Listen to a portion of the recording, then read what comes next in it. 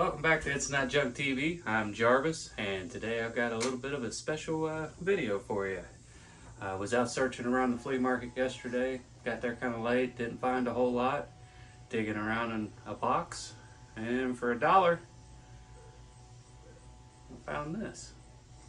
And you're like, but what are you going to do with a broken bladed pocket knife? Well, that's what we're going to show you today. So hold tight and show you how I repurpose these old pocket knives to make them something that they wouldn't have been, and see if we can make this something we can carve with. Alright, got the camera reset up here. Let's see if I got it. Good enough light over here. Alright, here's a little bit closer. Got the jiggy bone. Got this little chunk missing right here, so I'm gonna have to do something with that because I've dealt with those before, and that can get to where it can get uncomfortable on the palm of the hand, so we may address that. But this is what we got left.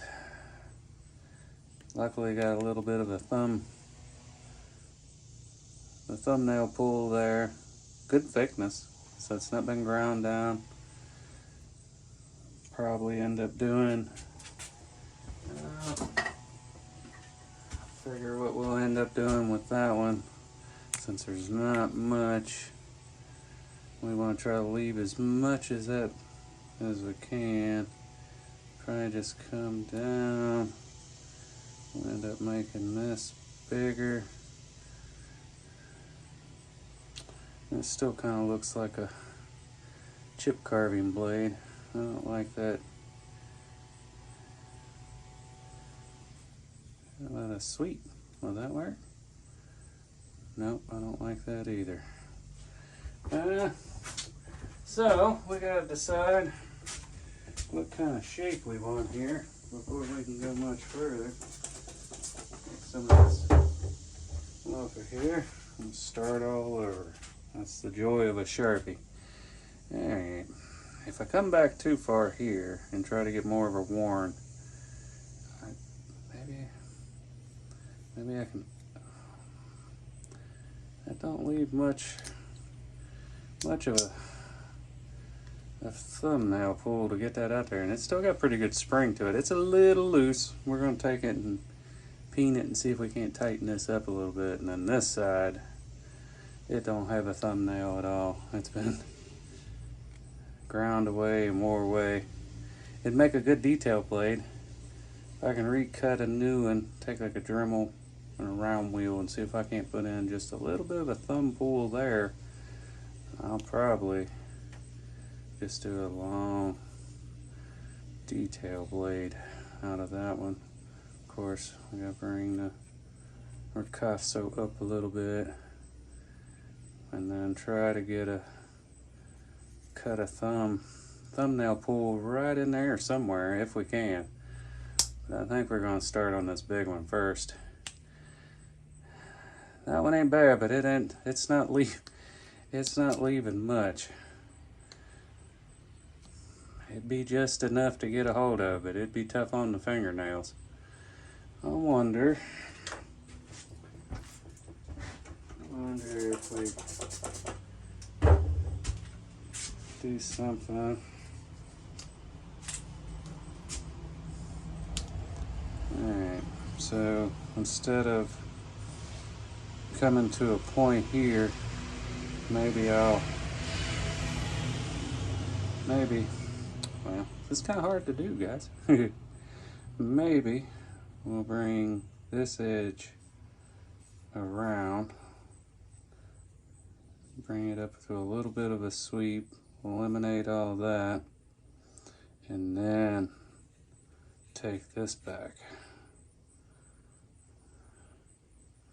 It changes the angle of attack a little bit, but I think that'd be our best bet. I think first bet would be we need to remove this right here.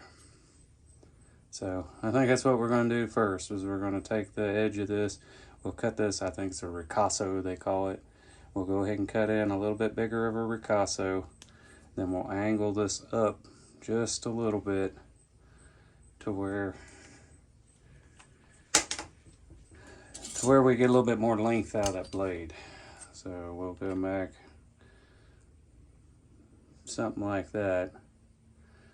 That'll pull some edge of that blade back a little bit and get us out there to that little bit longer point. And then we'll bring this one back, and that'll help create a point, and I could even come a little shallower. All right, well, the next scenes I'm just going to fast forward through the grinding part because you can't hear me talk, and it's hot and I'd like to turn my fan back on. So we'll get set up on the grinder and go on from there.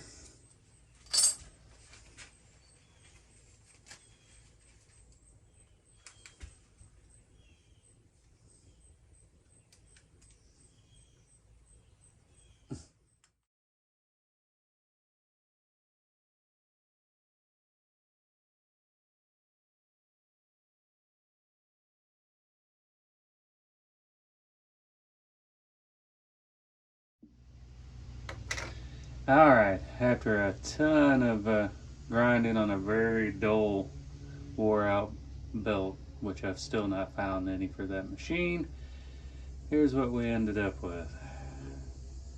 Still in it, kind of worn, Cliff. I've tried to leave as much. I'm still going to have to deepen it, I think. But as you noticed in that fast forward thing there, I kept dipping this in water the whole time. You grind a little bit, dip it in water, grind, dip in water. Keep this blade cool. That's the trick behind taking an existing blade and go ahead and reshaping it. If you blew this out, if you grind on this and just keep going, or take it to a big grinder, like a big round wheel grinder, like you'd see somebody sharpening a lawnmower blade with, you can use them, but you gotta be gentle. You want to keep everything shiny. You don't want to turn nothing blue. You don't want to turn nothing black. There's a spot right there where it turned a little blue right towards the end. So now I'll have to work very gingerly, work that back, because that blued metal is not any good. So you got to watch out for that, but have it down.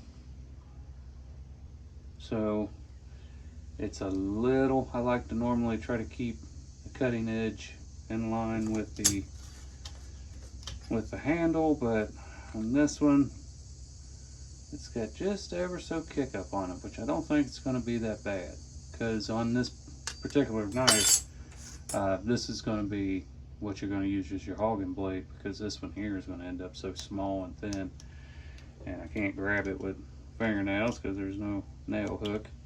So this one's going to end up being so small, and also the way these knives are made, this has got such a slight heavier grind on one side, so it lays next to this other blade, and then this one's kind of shaped the same way. But when we get done with it, I don't think they're going to be touching anymore, and I would prefer that because I don't want this edge to ever come in contact with the back side of this. So no matter what we do, we're probably going to work this down to where these two can't touch, and they're not doing the overlay.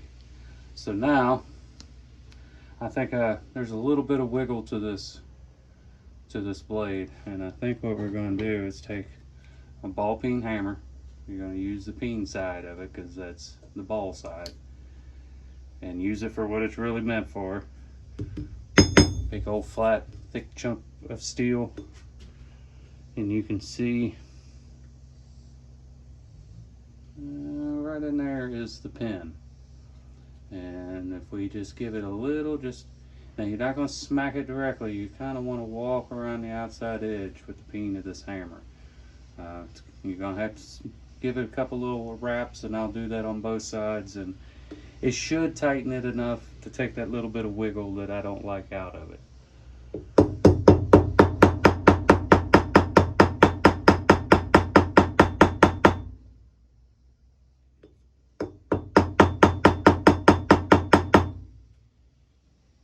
Alright, that's got that nice and tight. Still walking. Got it a little bit too tight, but we'll loosen it up. We'll get some lube on it. That's not been done yet either. But if you do this, you're going to mar these, around these pins up a little bit. You can always take and hit this on your grinder just real quick. There's actually a little bit of a burr there now that I'll probably hit. But now, let's start trying to get this into a flat grind. Because of my limited fingernail thing, I think we're just going to try to start this. We're going to do like we're going to leave that alone, and we're going to try to just start there and bring this down. Same thing over here, roughly the same. Somewhere right in there. Instead of bringing it all the way to the back and having that true flat grind, I think we're going to back it off a little bit so we can save some of this fingernail pull. All right, let's go back to grinding.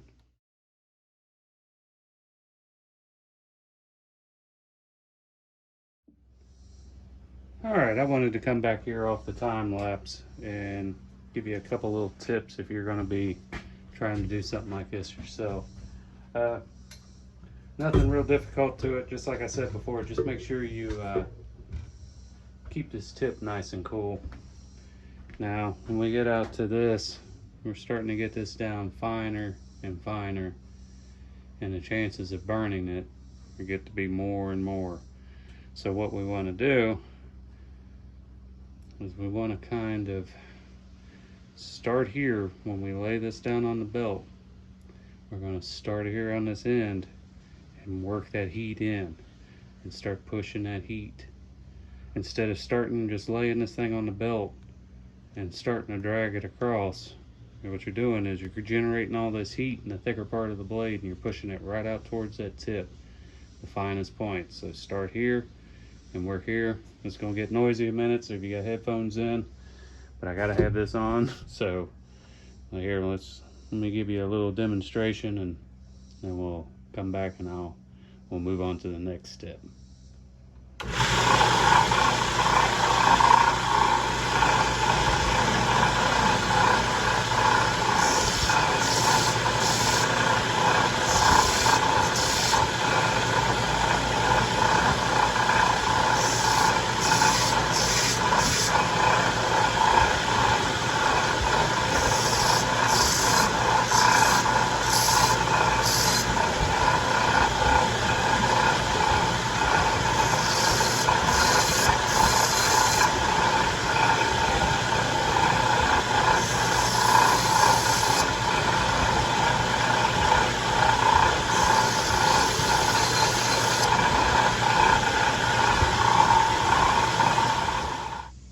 Alright, finally got all that shaping done. We've got it down to where there's a wire edge, no burning.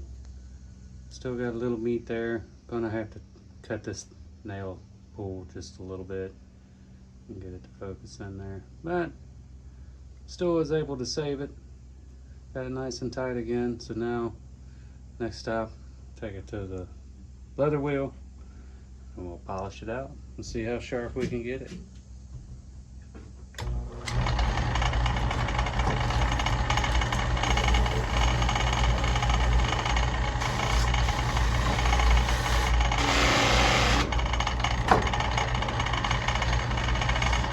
Now if you're going to do these, all my stuff turns away from me. If you didn't notice, my grinder also turns away from me. It's flying that way. These, same thing, everything's going that way. If this grabs, it's going to fling you towards the wall, not down towards me. So what I'm going for is away. But you want to take and lock your finger in behind that bottom of that blade.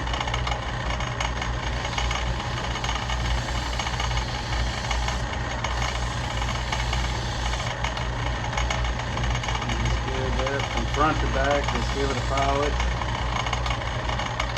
Switch hands, if you can. Now this one you can't aim at yourself. That tip grabs. You gotta turn your hand. That's what happens. That's alright, we'll load her back up. Come back.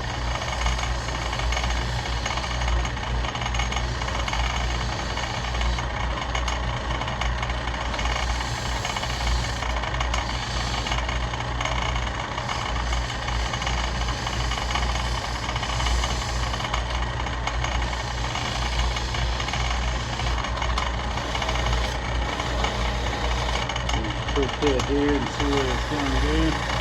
It's still got a little bit of a wire edge here.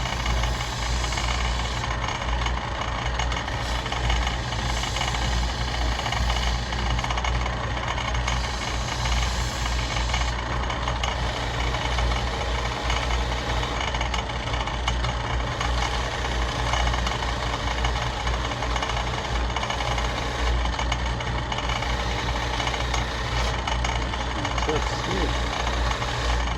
Wire edge don't want to come off. Alright, let me find some wood and we'll try it. Alright, after a good sharpening, well, let me find the camera. We got our making chips. Needs a little more refining. It's getting there. But we're going to stop on that one. I don't want to get it too crazy. I'm going to take and show you how I cut these thumbnail pulls on here. And I think that's going to be about the how-to of this video, and I'm just going to finish out the other side.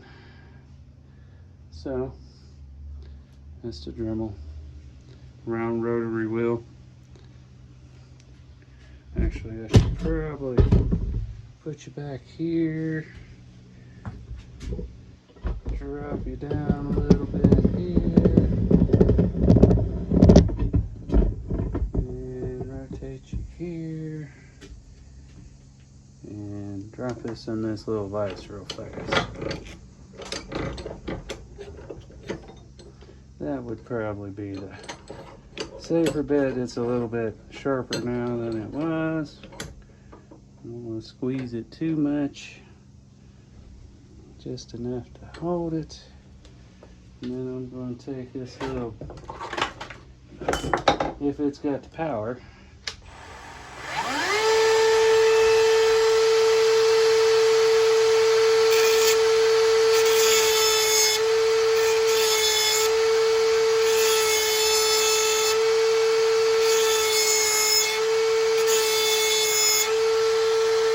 plunge and pull down. Try to make it flat on this side and a little bit of a relief on the bottom side. So, right then to plunge it down and pull down.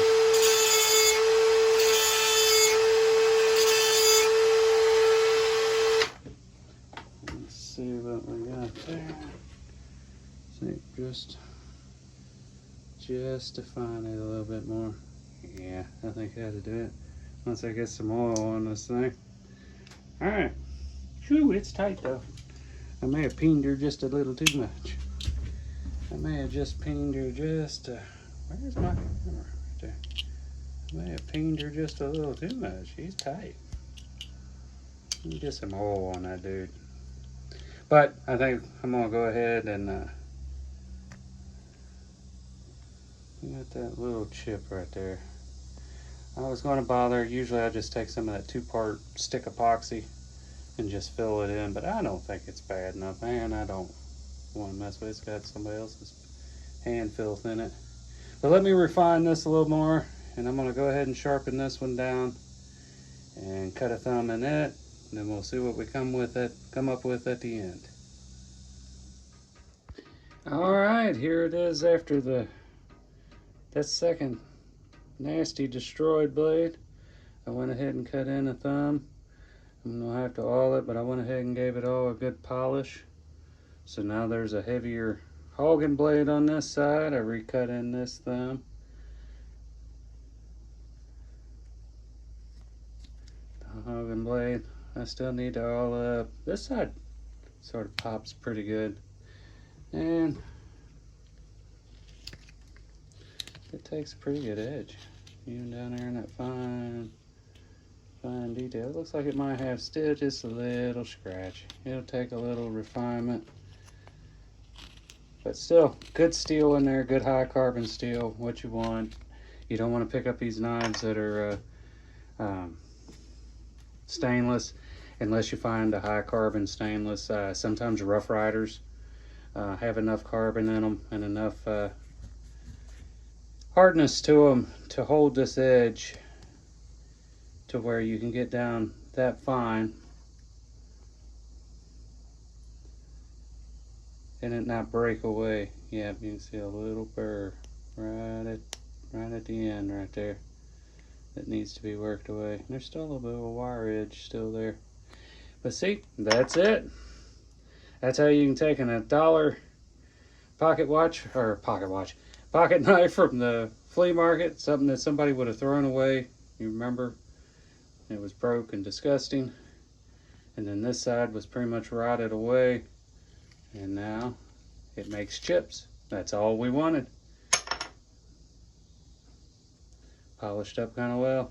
May end up filling that in at some point if I notice that it bugs me. But it don't feel like it's going to, and why do more to the old knife than it needs? But there it is. There is a dollar flea market pocket knife turned into something that you can wood carve with. I sure hope you've enjoyed coming along with this little adventure with me, getting some tips and some tricks into how to do this for yourself. Go out there and find you a couple of these old broke up knives, as long as they're tight, you know, where the blade's attached and there's enough meat there to get something out of. They can be saved. Now, will they hold up forever under heavy carving? Probably not. See this? See that little gap right there? But it's tight for now, and I may try to peen that down a little bit. You can see where this pin has kind of pulled itself through. But anyway, that's the stuff you look for. Go out and find you one. Get you a belt sander, polisher, whatever you can do without that. That just makes it a little shinier. Go to Harbor Freight and get you one of them little belt sanders for 30 or 40 bucks. Start playing. Like I say, keep them from getting hot. Dip them all the time. You can turn something like, almost looks like a little ore carver. But anyway, my name's Jarvis. This is Itsnotjunktv. If you've not hit like and subscribe yet, be sure and do that. Give me the thumbs up down there below. That way I know that you enjoy what I'm doing. Stay tuned because there'll be more coming in the very near future. You never know what I'm going to be doing. So until I see you then, take care.